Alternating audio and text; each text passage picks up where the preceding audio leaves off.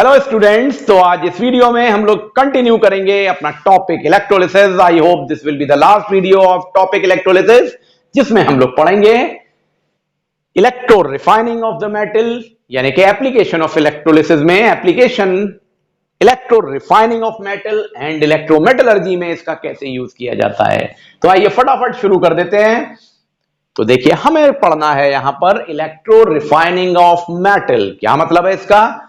हम जो एक्सट्रैक्शन के थ्रू अर्थ से मेटल निकालते हैं, उन मेटल्स के अंदर इंप्योरिटी होती है, डिफरेंट तरह की इंप्योरिटी होती है, तो हमको वो मेटल प्योर फॉर्म में नहीं मिलता है। तो उसमें हमको इलेक्ट्रोलिसिस का प्रोसेस परफॉर्म करना पड़ता है, जिससे कि हमको प्योर मेटल मिल जाए, प्योरिटी के साथ वो मेटल मिले। यानी कि electro refining of the metal is the process of purification of metals using the process of electrolysis. तो देखिए, electro refining is the process by which metal containing impurities are purified by the process of electrolysis to obtain pure metal। और ये जो metal है, ये highly electropositive metals होते हैं, जैसे कि zinc, lead, copper, mercury and silver. इन सब की इलेक्ट्रोलिसिस करते हैं हम और प्योर फॉर्म में इन मेटल्स को ऑब्टेन कर लेते हैं। ये फिनोमेना है इलेक्ट्रो रिफाइनिंग। नाम से पता लग रहा है रिफाइनिंग का क्या मतलब है।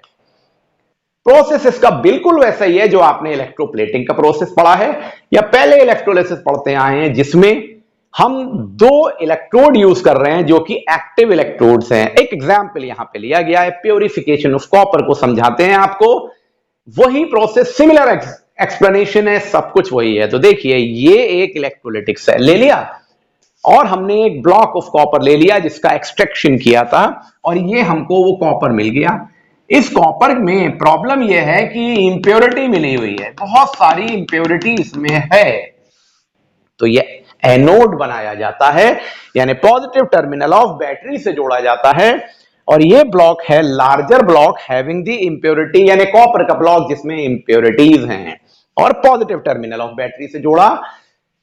यहां पर हमने एक पतली सी कॉपर की प्लेट लगाई। देखिए, कॉपर की ही प्लेट लगाई है, पर बहुत पतली सी थिन शीट लगाई है कॉपर की, जो कि नेगेटिव टर्मिनल से जोड़ी, और इसको बोलते हैं कैथोड, यानी एनोड और कैथोड डिसाइड हो गए।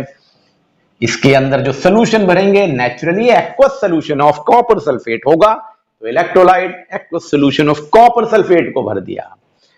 अब इसमें इलेक्ट्रिक करंट पास करेंगे हम लोग, ताकि हम प्योर ऑब्टेन कर सके सिचुएशन ऑफ कॉपर। तो देखिए, सबसे पहले तो ये डिसोसिएशन होगा, तो इलेक्ट्रोलाइट का डिसोसिएशन होगा, तो कॉपर सल्फेट से copper ion 2+ and SO4 ion 2- बनेंगे। वाटर से हाइड्रोजन आयन और OH आयन बनेंगे।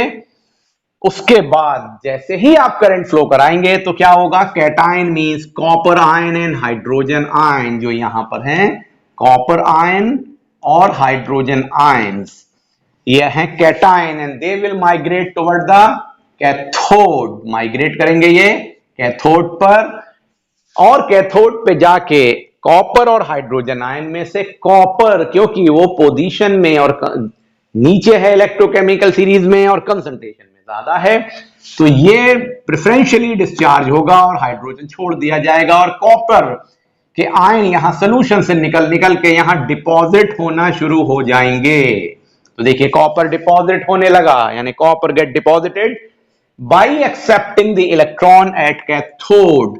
तो कैथोड पे कॉपर आयन 2 इलेक्ट्रॉन ले लेंगे, तो कॉपर का एटम बनाएंगे, और प्योर फॉर्म में ये कॉपर यहां चिपकने लगेगा। अब क्या हुआ? सोल्यूशन में कॉपर आयन की कमी हो गई। कमी नहीं हुई, क्योंकि अभी कंपनसेट कहां से होगा? वो एनोड से होगा। किस तरह से? तो देखिए, अब ये एनायन SO4 आयन और OH आयन दोनों, यानी SO4 आयन और OH आयन दोनों माइग्रेट करेंगे एनोड की तरफ, लेकिन वहां जाके इनमें से कोई भी डिस्चार्ज नहीं होगा, बल्कि क्योंकि ये एनोड इम्प्योर कॉपर का एक एक्टिव इलेक्ट्रोड है जिसके अंदर इम्प्योरिटी है, तो ये रिएक्शन में पार्टिसिपेट करेगा इलेक्ट्रोलिसिस के, और इस कॉपर में से इलेक्ट्रॉन रिलीज हो जाएंगे और कॉपर के कैटायन बनेंगे जो सॉल्यूशन में आ जाएंगे। यानी कॉपर आयंस एनोड से निकल के सॉल्यूशन में आने लगते हैं, और वो यहां से हुई कमी को कंपनसेट कर देते हैं।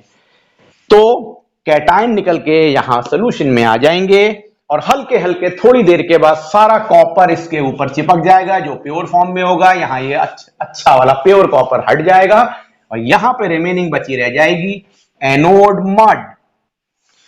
It is the collection of impurity which is left here. तो ये इतना बड़ा ब्लॉक जो था, थोड़ा सा मड जिसे हम कहते हैं, इलेक्ट्रोड पे एनोड मड कहते हैं, जो इंप्योरिटी की फॉर्म में होगा वो रह जाएगा और प्योर कॉपर आप यहां पर ऑब्टेन कर लेंगे। तो in this way electro refining of the metal is done. तो अब हम लोग तीसरा प्रोसेस पढ़ लेते हैं एप्लीकेशन ऑफ इलेक्ट्रोलिसिस में, जिसको कहते हैं इलेक्ट्रोमेटलर्जी। देखिए जो अभी आपने इससे पहले का प्रोसेस पढ़ा, उसमें एक मेटल का एक्सट्रैक्शन करने के बाद जब उसमें इंप्योरिटी थी, उस इंप्योरिटी को अलग करने के लिए और प्योर मेटल को ऑब्टेन करने के लिए आपने इससे पहले वाला प्रोसेस पढ़ा था, जिसमें प्योरिफिकेशन ऑफ मेटल का किया था। लेकिन अब हम ड्यूरिंग द एक्सट्रैक्शन, जब मेटल को ले रहे हैं जमीन से, तब उसको अलग कर रहे हैं मेटल को ओर से, और उसके लिए अगर हम इलेक्ट्रोलिसिस का प्रोसेस परफॉर्म करते हैं तो वो इलेक्ट्रोमेटलर्जी कहलाता है। Means it is the process of extraction of metal using the electrolysis. और हाईली इलेक्ट्रोपॉजिटिव मेटल्स को इसी मेथड से एक्सट्रैक्ट किया जाता है। सवाल उठता है क्यों? आइए इसको डिस्कस कर लेते हैं। तो सबसे पहले देखिए कि ये सीरीज बनी हुई है जिसे इलेक्ट्रोकेमिकल सीरीज कहते हैं। टॉप पर हाईली इलेक्ट्रोपॉजिटिव मेटल्स हैं और देखिए ये डिक्रीजिंग ऑर्डर में इलेक्ट्रोपॉजिटिविटी नीचे की ओर आ रही है। Potassium, sodium, calcium, magnesium, aluminium का एक ग्रुप है, फर्स्ट ग्रुप। दूसरा लिखा हुआ है zinc, iron, lead, hydrogen, copper. देखिए ये यहां पर कॉपर तक ये सेकंड पार्ट, और मरकरी और सिल्वर अलग है, और प्लेटिनम और गोल्ड को छोड़ दीजिए। आप देख सकते हैं यहां तीन कैटेगरीज बनाई गई हैं। किस आधार पे, किस तरह से हम इनको एक्सट्रैक्ट करेंगे, इस आधार पे। जो ये पहला ग्रुप है जिसमें पोटेशियम, सोडियम, कैल्शियम, मैग्नीशियम और एल्युमिनियम आते हैं, इनमें से मेटल को एक्सट्रैक्ट करने के लिए जो प्रोसेस होता है वो इलेक्ट्रोमेटलर्जी है। ये जो दो ग्रुप बच के या नीचे के जो एलिमेंट हैं जिंक से लेके गोल्ड तक, इनके लिए हम इलेक्ट्रोमेटलर्जी का प्रोसेस यूज नहीं कर रहे हैं। ये हाईली इलेक्ट्रोपॉजिटिव हैं। ऐसा क्यों कर रहे हैं? रीजन इसका है उनका ऑक्साइड फॉर्मेशन। जितने भी ये मेटल्स हैं, potassium, sodium, calcium, magnesium, aluminium, ये सभी ऑक्सीजन के साथ जुड़ के बहुत स्ट्रॉन्ग एफिनिटी रखते हैं ऑक्सीजन के लिए, और highly, very highly stable oxides बनाते हैं, जिनको ब्रेक करना बहुत मुश्किल है। कोई भी रिड्यूसिंग एजेंट उसके लिए यूज किया जाए वो बेकार है, या थर्मल डिकम्पोजिशन किया जाए तो मेटेलिक ऑक्साइड ब्रेक नहीं हो पाते हैं। Means they are having highly stable oxides. तो extraction of these metals by the electrolysis in the fused state, इनकी fused salt state में किया जाता है, क्योंकि इनके मेटेलिक ऑक्साइड्स बहुत स्टेबल होते हैं और वो strong affinity for the oxygen रखते हैं। तो it become difficult to decompose them by using the any of the method, either the thermal decomposition और by using the reducing agents. तो इनके स्टेबल ऑक्साइड के कारण इनको इलेक्ट्रोलिसिस के थ्रू, यानी इलेक्ट्रोमेटलर्जिकल प्रोसेस के थ्रू एक्सट्रैक्ट किया जाता है। अब बची दो और कैटेगरीज। ये बहुत सिंपल है, आप इलेक्ट्रोमेटलर्जी तो यहां पे पढ़ ले रहे हैं। एक्सट्रैक्शन ऑफ मेटल के बारे में फिर से इसमें डिटेल में पढ़ेंगे आप मेटलर्जी के चैप्टर में, फिर भी एक आइडिया ले लीजिए। तो zinc, iron, lead, hydrogen, copper, ये सब जो हैं, इनके लिए हम रिड्यूसिंग एजेंट्स यूज करते हैं, जैसे कि कोक, कार्बन मोनोऑक्साइड या वाटर गैस और हाइड्रोजन का कॉम्बिनेशन। ये सारे जो सब्सटेंसेस हैं, इनको as a reducing agent use किया जाता है, जिससे इनके ऑक्साइड ब्रेक हो जाते हैं। और तीसरी कैटेगरी होती है मरकरी और सिल्वर की, जिसको हम थर्मल डिकम्पोजिशन के थ्रू एक्सट्रैक्ट कर सकते हैं। रीजन सिंपल है, इनके ऑक्साइड जो पहला ग्रुप है ये हाईली स्टेबल ऑक्साइड है, ये लेस स्टेबल ऑक्साइड है, और जो तीसरा ग्रुप है इसमें तो बहुत ही कम स्टेबिलिटी होती है, तुरंत ब्रेकअप हो जाते हैं ऑक्साइड्स। तो ये तीन मेथड्स यूज किए जाते हैं, ये बिल्कुल क्लियर ध्यान रखिए। इलेक्ट्रोमेटलर्जी के लिए केवल ये ग्रुप है, पोटेशियम से लेके एल्युमिनियम तक का जो मैंने ब्लॉक बना दिया, क्योंकि इनके ऑक्साइड बहुत स्टेबल हैं, इसलिए इनको इलेक्ट्रोमेटलर्जी के प्रोसेस से एक्सट्रैक्ट करते हैं। अब जरा इनके एक बार केमिकल रिएक्शंस को देख लें बस। अब हम लोग लास्ट पॉइंट पढ़ लेते हैं इलेक्ट्रोलिसिस चैप्टर में, जिसे हम कहते हैं एग्जांपल्स ऑफ इलेक्ट्रोमेटलर्जी। जैसा कि अभी डिस्कस किया, तो ये 4 एग्जांपल्स यहां लिए गए हैं, इसकी एक समरी आपको बता दे रहे हैं। तो देखिए, पोटेशियम, अगर हमें पोटेशियम का एक्सट्रैक्शन करना है तो हम पोटेशियम ब्रोमाइड का फ्यूज्ड और मोल्टन स्टेट में इलेक्ट्रोलाइट लेंगे। तो KBr से बनेगा K प्लस और Br माइनस। और कैथोड आयरन का बनाएंगे, एनोड ग्रेफाइट का बनाएंगे, इनर्ट इलेक्ट्रोड। और आयरन जो कैथोड है यहां पर पोटेशियम इलेक्ट्रॉन को एक्सेप्ट करके पोटेशियम बनाएगा, जो हमें मेटल ऑब्टेन हो जाएगा एक्सट्रैक्शन के बाद। और ब्रोमीन में ब्रोमाइड आयन इलेक्ट्रॉन रिलीज करेंगे, ब्रोमीन एटम बनाएंगे और ब्रोमीन ब्रोमीन आपस में जुड़ के ब्रोमीन गैस बना लेंगे। सिमिलरली सोडियम में देखिए तो सोडियम क्लोराइड NaCl से फ्यूज्ड Na+Cl- इसके आयंस बनेंगे। इससे आप देखेंगे कैथोड आयरन का ही बना है, यहां पे सोडियम इलेक्ट्रॉन को एक्सेप्ट करके सोडियम एटम बनाएंगे, यानी कि सोडियम का मेटल ऑब्टेन होगा। और क्लोराइड आयन में से इलेक्ट्रॉन रिलीज होंगे और क्लोरीन बन जाएगा Cl2। ये सिंपल से रिएक्शंस हैं जो आपको समझ में आ रहे हैं पहले से ही। कैल्शियम भी ऐसे ही होगा, कैल्शियम क्लोराइड फ्यूज्ड स्टेट मिलेंगे CaCl2, जिससे calcium ion plus chloride ion बनेंगे। कैल्शियम 2 इलेक्ट्रॉन एक्सेप्ट करके कैल्शियम की फॉर्म में आ जाएगा और कैथोड पे डिपॉजिट होगा। और क्लोराइड आयन में से इलेक्ट्रॉन निकलेंगे और क्लोरीन गैस बन जाएगी। एल्युमिनियम का एक्सट्रैक्शन आप बहुत डिटेल में पढ़ेंगे एल्युमिनियम के चैप्टर यानी एक्सट्रैक्शन मेटलर्जी के चैप्टर में।